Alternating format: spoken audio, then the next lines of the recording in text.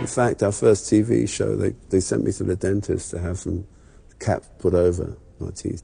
And I saw the program, and I looked like Bugs Bunny, so I took them off. And I resisted the drill. As soon as the drill started to do the real thing, I don't care how big the deal is, I don't want to have my teeth touched. As a result, it made it difficult for us in America because they were very conscious of cosmetic things. Easy, neat. Dippity-doo. No slip, no drip. Dippity-doo. Dippity-doo. Dippity-doo. Cut our own hair, I think. I just couldn't be bothered.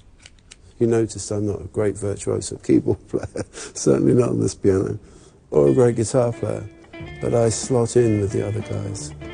That's what makes bands great. Every particular person's there for a reason. I was kind of, introspective one, writing songs.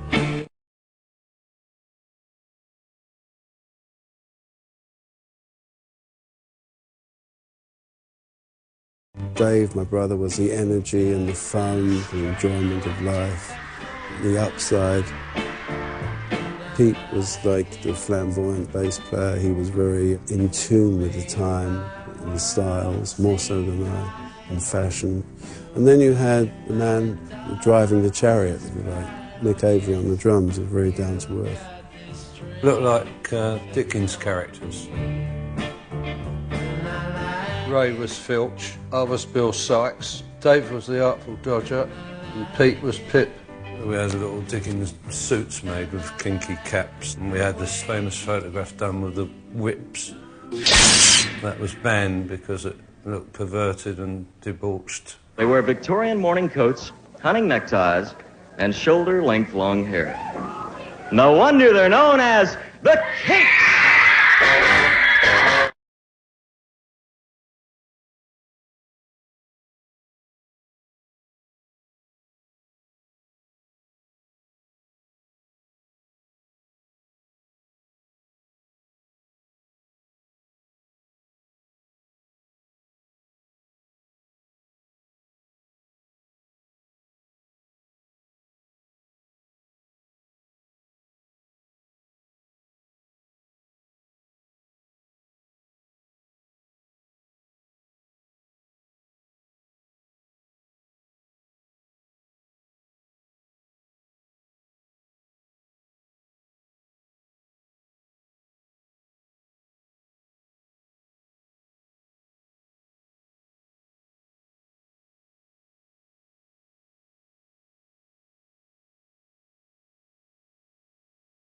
The great thing about All Day and All the Night, it makes you play it in this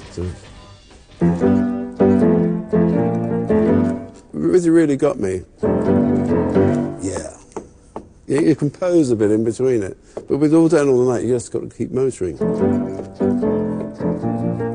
So it's continually moving, and that's what gives it a punk image. No time to take a breath.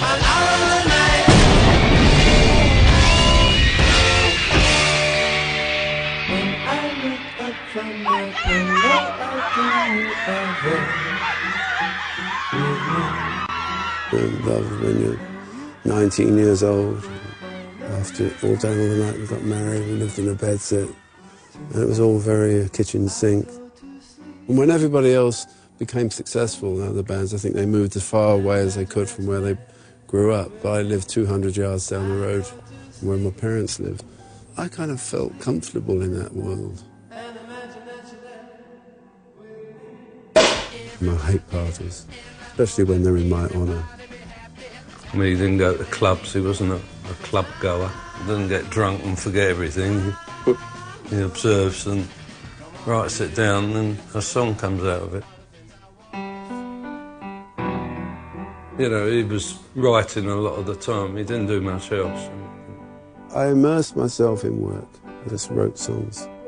After the first couple of hits, I thought, there's more to this guy than riff songs. As time went on, realised he could write about someone eating his dinner if he wanted to. It's just amazing.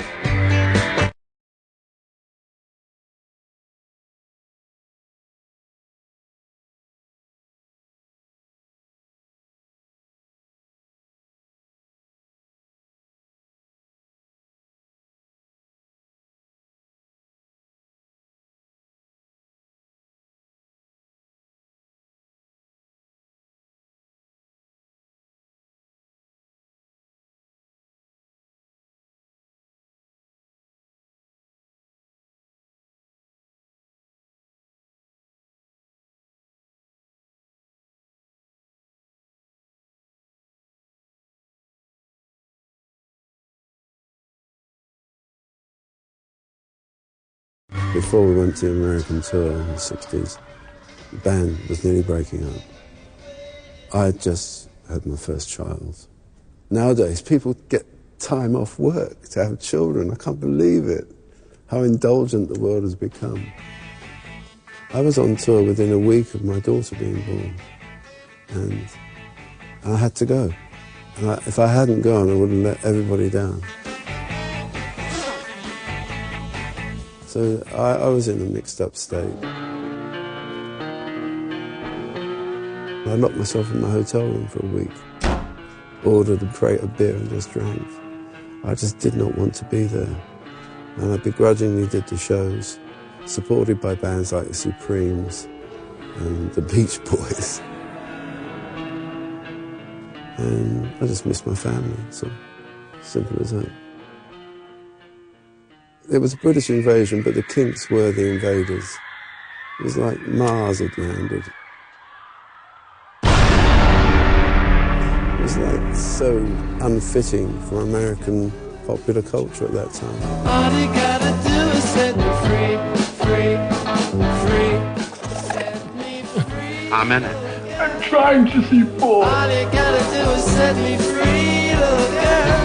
You know you can do it if you try. The thing is, the Beatles, Rolling Stones, bless them, they're great, but they did play the game because they knew how to play it and still retain their own individual way of life. Kinks did not know how to do it. It was just complete innocence.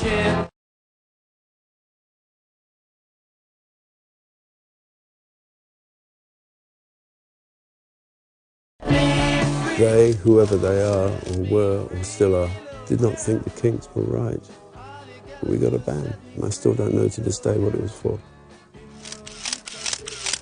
The Kinks were the only group in history to be actually banned from America.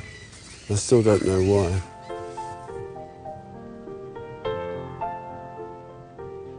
One thing that was going on through all this time, I was discovering how to write songs. Nobody taught me how to do it.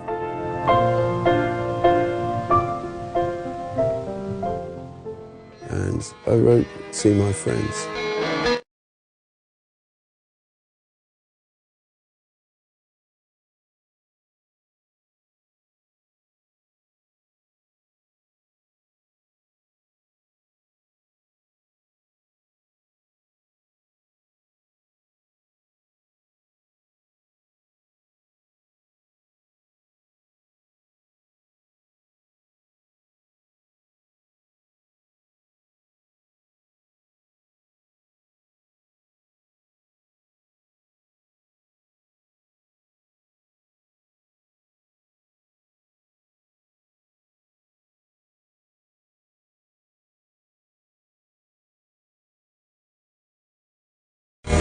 People have asked me what See My Friends meant.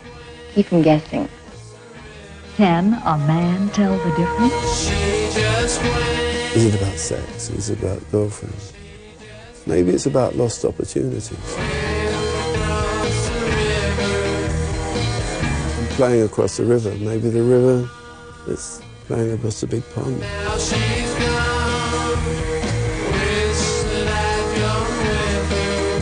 It's about loss, definitely. It could be for a person, but also loss of career, because we never thought we'd ever go back to America. And London looks great this time of the morning. Yeah, it looks good any time. Baby, I feel good from the moment I rise. I feel good from morning till the end of the day, till the end of the day. The great thing about being me, I think, is that I can be completely anonymous. Not everybody recognises me. Very few people recognise me. I get up and I see the sun up and I feel good 'cause my life has begun. You and me, we're free. We do as we please, yeah, from morning till the end of the day, till the end of the day. Recorded that song with Alex Chilton. Alex Chilton was a friend of mine from New Orleans. great singer. He was the first person to sing on this record. The last track he did, he died this year, Alex.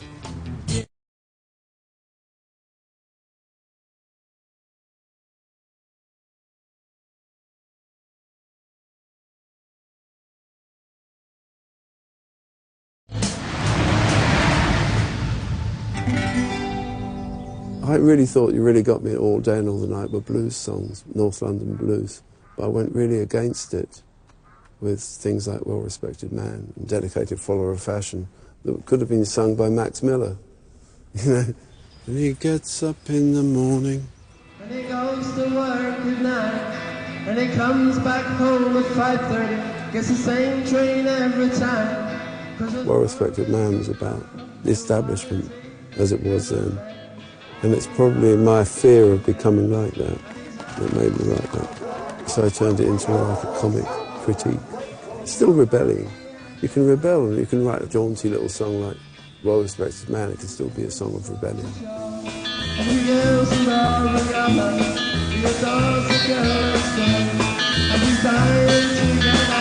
Hatred. Hatred. Hatred. Oh, you must take your hat off to that. I turned English, but I became almost grotesquely English again, sort of deliberately English.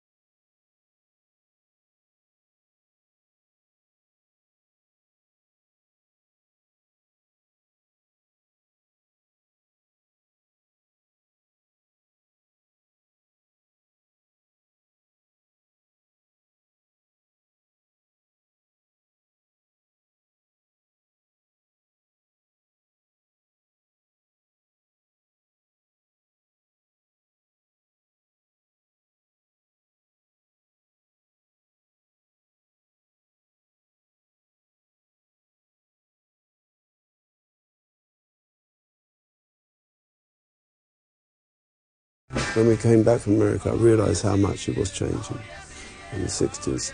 But again, we should have probably embraced it all. Loves, and that is flattery. We've gone the way that my wonderful peers went, The Who, the Rolling Stones, the Beatles, but the one difference was that we were unable to go to America. Maybe there was an edge to me, writing things that are deliberately chancy. Probably this is it. I'd write a song that would take a chance and not be a big hit, knowing I could write another hit. That was unheard of in those days. You never came back once you had a miss. And we had several. He had to be concerned with the commercial success to some extent, but he wouldn't make that the be-all and end-all. He wouldn't follow a trend either. He'd try and set a trend rather than follow one.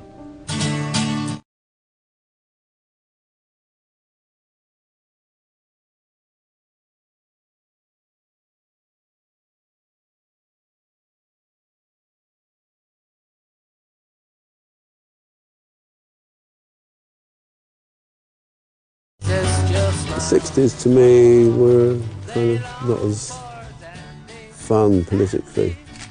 Sometimes style and fashion and pop culture camouflage is what's really happening. Well, the only thing swinging in London were handbags.